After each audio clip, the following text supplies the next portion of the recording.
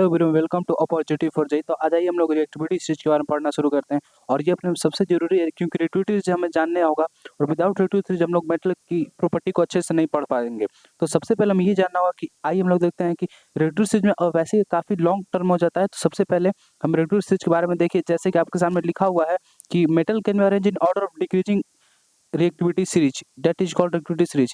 यानी एक मेटल जैसे अगर मैं आपके सामने नंबर 2158 और इसे मैं अरेंज करना है अपने असेंडिंग और डिसेंडिंग। तो रिएक्टिविटी का मतलब होता है इसमें हम लोग असेंडिंग ऑर्डर में अरेंज करना है। जैसे कि सबसे पहले हम लोग 1 2 5 और 8 लिख देते हैं और उसके बाद या फिर इसको हम लोग उल्टा लिखे 5 8 2 और 1 ऐसे भी लिख सकते हैं। और यहाँ पे आप थोड़ा सा इरर लिख लीजिएगा 8 5 2 1, क्योंकि 8 5 2 1 यहाँ थोड़ा सा इरर हो गया उस क्वेश्चन में और लिखने में, और आप उसको सुधार लीजिएगा 8 5। तो ये रहा आपका असेंडिंग ऑर्डर, ये रहा डिसेंडिंग ऑर्डर। तो उसी प्रकार से जो पोटेशियम वो आपका हाईली रिएक्टिव मेटल है, जैसे 8 सबसे बड़ा नंबर है उसी प्रकार से वहाँ पोटेशियम को हाईली रिएक्टिव मेटल लेना है। और आप सीरीज को ऐसे फॉलो कर सकते हैं कि करीना ने कार मांगी, ऑल्टो जेन फरारी, फिर भी हाजी क्यों मिली सिल्वर प्लेटेड ऑडी। ये आपको कॉन्सेप्ट को हमेशा अपने याद रखना है और इसी कॉन्सेप्ट से आप मेटल, ये काफ़ी इंपॉर्टेंट। और आप उस सीरीज को रिएक्टिविटी सीरीज के विदाउट आप यहाँ पे कंपैरिजन नहीं कर सकते मेटल की रिएक्टिविटी। जैसे कि अब आपका इंपॉर्टेंट टर्मिनोलॉजी यहाँ पे ये रहेगा, अगर इस रिएक्टिविटी सीरीज को आपको याद ना हो तो आप अच्छे से वहाँ प्रॉब्लम, फिर आपको केमिकल रिएक्शन में आप हमेशा गलत कर जाओगे। तो ये सबसे इंपॉर्टेंट टर्म है कि आप रिएक्टिविटी सीरीज को याद रखें। तो आइए हम लोग रिएक्टिविटी सीरीज का यूज करके हम लोग केमिकल पर जो मेटल क्या होता है उसके बारे में सबसे पहले पढ़ना शुरू करते हैं। तो सबसे पहले रिएक्ट विथ ऑक्सीजन। जब कोई मेटल ऑक्सीजन के साथ रिएक्ट करता है तो क्या होता है वो हम लोग देखते हैं। तो all metal combine with oxygen to form metal oxide which is basic in nature. यानी जब कोई भी मेटल ऑक्साइड हमारे ऑक्सीजन के साथ रिएक्ट करते हैं तो वो कैसे नेचर के होते हैं, वो बेसिक नेचर के होते हैं। और नेचर कैसे बेसिक क्लियर होगा, वो जब हम लोग उस मेटल ऑक्साइड को वाटर के साथ मिलाएंगे। तो जैसे कि हम देख पा रहे हैं यहाँ पे Na+O2 date give the Na2O।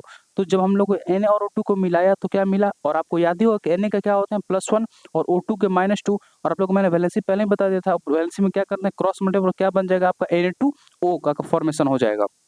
इसके फॉर्मेशन में से ये Na2O को जब हम लोग वाटर में डिजोल्व करेंगे तो यहाँ पे क्या बनेगा, एक कंपाउंड का फॉर्मेशन होगा जो कि किस नेचर का होगा, बेसिक नेचर का होगा। ये आपको क्लियर होना चाहिए। उसी प्रकार से अगर हम लोग देखेंगे नेक्स्ट कंपाउंड आपके सामने दिया हुआ है Mg+O2।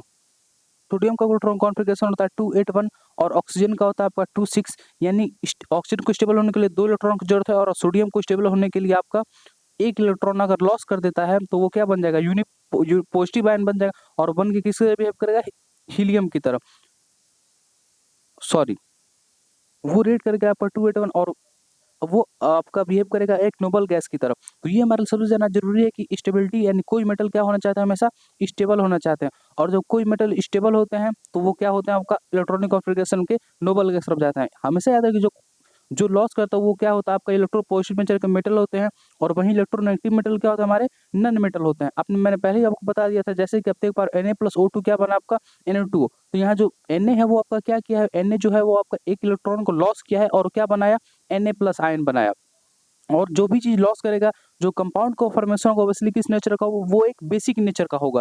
तो इन टर्मिनोलॉजी से हमें हमेशा क्लियर रहना है कि जो मेटल होता है वो हमेशा क्या करता है, इलेक्ट्रॉन का लॉस करके एक पॉजिटिव आयन बनाता है और वो इलेक्ट्रो पॉजिटिव नेचर का होता है। और वहीं जब लोग मेटल ऑक्साइड को वाटर के साथ रिएक्ट करेंगे तो क्या बनेगा, NaOH। और कहीं भी कंपाउंड में अगर OH पाया जाता है तो वो किस नेचर का होता है, वो बेसिक नेचर का। और आप जानते हैं ना वैलेंसी Na+ और OH का OH-, यानी क्या बनेगा आपका NaOH का फॉर्मेशन होगा वहाँ पे। और NaOH का फॉर्मेशन से क्लियर हो जाता है तो क्या नेचर का होगा, वो बेसिक नेचर का होगा। क्योंकि अगर कोई भी कंपाउंड OH पर जाता है, चलिए देखते हैं CaO, अगर calcium plus water calcium hydroxide बना। उसी प्रकार से हम लोग कैल्शियम को, अगर हमें पता हो कैल्शियम की वैलेंसी कितनी होती है Ca2+, और हाइड्रोक्साइड की होती है हमारी OH-। तो Ca2OH बन जाएगा। वहीं पर अगर किसी कंपाउंड में OH पाया जाता है तो किस नेचर का होता है, वो आपका बेसिक नेचर का। और OH को हम लोग जनरली किससे रिप्रेजेंट करते हैं, हाइड्रो ऑक्साइड के साथ। और हाइड्रोक्साइड आपका किस नेचर का होता है, बेसिक नेचर का। अगर कहीं भी कंपाउंड में आपको हाइड्रोक्साइड देखने के लिए मिले तो आप समझ जाइए उसका नेचर कैसा है, वो बेसिक नेचर का है। तो ये एक काफ़ी इंपॉर्टेंट है हमारे जानने के लिए। और इसी प्रकार से हम लोग उसे इंपॉर्टेंस को देख सकते हैं। अगर कोई भी कंपाउंड आपको OH मिल जाए तो आप समझ जाए कि वो बेसिक नेचर का है। चलिए आगे पढ़ते हैं। Metal to react with oxygen आइए हम देखते हैं। वैसे बेसिकली सब लोग याद रखते हैं कि बस मेटल ऑक्सीजन के साथ रिएक्ट किया और आपका क्या बना दिया, ऑक्साइड बना। लेकिन उसके कुछ टर्म एंड कंडीशन अलग अलग पड़े हुए, जैसे कि सोडियम और जो पोटेशियम होता है वो आपका ऑक्सीजन के साथ रिएक्ट करता है, सॉरी, और क्या बनाता है आपका, और रेट होकर एक रूम टेम्परेचर, जैसे कि हमने बेसिक एक बस प्रॉपर्टी हम लोग याद रख लेते हैं, मेटल में मेटल का रिएक्शन विद ऑक्सीजन, और बस हम लोग क्या याद रख लेते हैं कि Mg और प्लस O2, कुछ एग्जांपल याद रहा तो बस ये याद रख लेंगे MgO। लेकिन इसका रिक्वायरमेंट कंडीशन है कि कैसे कोई मेटल ऑक्सीजन का रिएक्ट कर रहा है, उसका क्या क्या कंडीशन होते हैं वो हम लोग आगे देखते हैं अच्छे से। तो सबसे पहले सोडियम और पोटेशियम जो होते हैं वो ऑक्सीजन का रिएक्ट करते हैं और क्या बनाते हैं, ऑक्साइड। याद रखिए वो रूम टेम्परेचर पे ऑक्सीजन का रिएक्ट करते हैं। रूम टेम्परेचर क्या मतलब है, नॉर्मल टेम्परेचर पे। मीनवाइल वहीं पे अगर आपके मैग्नीशियम है, ठीक है, तो एक तो सोडियम पोटेशियम हो गया, और जिसको सॉरी यहाँ पे एग्जांपल थोड़ा आप इधर हो गया, करेक्ट कर लीजिएगा, के और plus H2O that give KOH। अच्छा ऑक्सीजन वहां पे ना, तो के और plus O2 that give K2O, ठीक है। जो सोडियम और जो पोटेशियम है वो आपको किससे रिएक्ट करता है, ऑक्सीजन के साथ, और रूम टेम्परेचर पर क्या बनाएंगे, आपका ऑक्साइड बनाएंगे, मेटल ऑक्साइड बनाएंगे। उसके बाद मैग्नीशियम, तो magnesium does not combine with oxygen at room temperature, यानी बहुत आप लोग ये टर्म बहुत अच्छे से क्लियर होने, अगर कोई आपसे अगर कोई बोला जाए कि मैग्नीशियम रिएक्ट कर रहा है ऑक्सीजन के साथ, तो आपको कंडीशन वैसे दिमाग में रहना चाहिए कि मैग्नीशियम किस ऑक्सीजन, कंडीशन क्या होता है, रूम टेम्परेचर पर रिएक्ट कभी नहीं करेगा, but when heated it burn in oxygen, लेकिन वो कब, जब उसे ऑक्सीजन के प्रेजेंस में क्या किया जाएगा, हीट किया जाएगा, तभी वो क्या करेगा, रिएक्ट करेगा, और वो हीट करते समय रिलीज किया जाता है डैजलिंग व्हाइट लाइट, और वो उसे जब हीट किया जाएगा तो क्या प्रोड्यूस करेगा, आपका व्हाइट लाइट, और उसी और प्रोड्यूस मैग्नीशियम ऑक्साइड, और वहां क्या प्रोड्यूस होता है आपका मैग्नीशियम ऑक्साइड, यानी Mg plus O that give MgO। और एक और बहुत इंपॉर्टेंट चीज कि copper does not react with oxygen even on strong heating. याद रखिए आप कितना भी कॉपर को लेके स्ट्रांग हीट कीजिए ऑक्सीजन का, लेकिन वो कभी रिएक्ट नहीं करता, वो धीरे धीरे हीट करता है, इट रिएक्ट स्लोली। क्यों स्लोली रिएक्ट करता है, क्योंकि ये क्या है, एक लेस रिएक्टिव मेटल है। क्या है, कॉपर एक लेस रिएक्टिव मेटल है, और रिएक्ट स्लोली और prolong heating and forming cupric oxide. और ये क्या बनाता है आपका, क्यूप्रिक ऑक्साइड। याद होगा आपको क्यूप्रिक का वैलेंस Cu2+ और ऑक्साइड का O2-, और ये रिएक्ट होकर आपका कंपाउंड क्या बनाएगा, CuO। तो आइए अब हम लोग आगे नेक्स्ट पढ़ते हैं कि कंडीशन तो हमने देख लिया मेटल का और ऑक्सीजन का रिएक्ट का। अब रिएक्ट विथ वाटर, यानी ऑक्सीजन जो मेटल होते हैं वो वाटर के साथ रिएक्ट करके कैसे कैसे कंपाउंड का फॉर्मेशन करते हैं।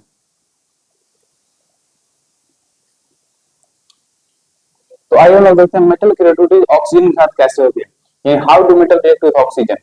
तो अलग अलग मेटल जो होते हैं वो अलग अलग कंडीशन पे ऑक्सीजन के साथ रिएक्ट करते हैं, लेकिन कोई भी हो रिजल्टेंट फाइनल क्या मिलता है आपको, एक मेटल हाइड्रोक्साइड बना। याद रखिए जब भी कोई मेटल आपका, कोई भी मेटल जब ऑक्सीजन के साथ रिएक्ट करेगा तो एक मेटल हाइड्रोक्साइड बनाएगा, और वहां से गैस का रिवोल्यूशन जिसको इवोल्यूशन जिसको हम लोग बोलते हैं हाइड्रोजन गैस, हमेशा रिएक्टिविटी होगा। देखिए जो हाई रिएक्टिव मेटल होते हैं उन्हें कभी आप ये गलती ना करें याद करने में या फिर समझने में, या फिर आगे चलकर आप जब एक्सपेरिमेंट करेंगे तो हाईली रिएक्टिव मेटल को आप कभी भी हॉट वाटर के साथ रिएक्ट ना कराएं, क्योंकि जिनमें आप हाईली रिएक्टिव मेटल को हॉट वाटर से रिएक्ट कराएंगे वो रिएक्शन काफी एक्सप्लोसिव हो जाएगा। एक आपको पता है जो सोडियम और जो पोटेशियम है वो रूम टेम्परेचर पे फायर को कैच कर लेते हैं, आग उनमें जल जाता है। नॉर्मली आप अपने जैसे अगर मान लीजिए यहाँ पे अगर अपने पोटेशियम को अगर सोडियम को अपने हाथ में रखे तो क्या हो जाएगा, वो बर्न हो जाएगा। उसके बाद अगर हम लोग वहीं पे पोटेशियम को अगर हम लोग वाटर के साथ रिएक्ट कराते हैं तो याद रखिए वो या तो फिर ठंडा पानी होना चाहिए या फिर नॉर्मल वाटर होना चाहिए, वो हॉट वाटर या स्टीम नहीं होना चाहिए। तो पोटेशियम प्लस वाटर क्या बनेगा, पोटेशियम हाइड्रोक्साइड, और किसका एवोल्यूशन होगा आपका, हाइड्रोजन गैस का। वहीं पे सोडियम और वाटर का क्या बनाएगा, सोडियम हाइड्रोक्साइड, और किसका एवोल्यूशन होगा आपका, हाइड्रोजन का। कुछ इंपॉर्टेंट पॉइंट आपके लिए, सोडियम और पोटेशियम हाई रिएक्टिव मेटल होते हैं, और इनकी हाई रिएक्टिविटी की वजह से इन्हें हमेशा कहाँ रखा जाता है, केरोसिन ऑयल होता है उसके अंदर, क्योंकि ऑब्वियसली ये क्या हो जाते हैं, ये अगर इन्हें रूम टेम्परेचर पर रखा जाए तो ये क्या हो जाएंगे, बर्न हो जाएंगे। और दे बर्न है तो यही बर्न होने के लिए हम लोग इसे कहाँ रखते हैं, रूम टेम्परेचर के अंदर। बाकी अब हम लोग इसके बाद का पार्ट हम लोग अब नेक्स्ट लेक्चर में आपका पढ़ेंगे।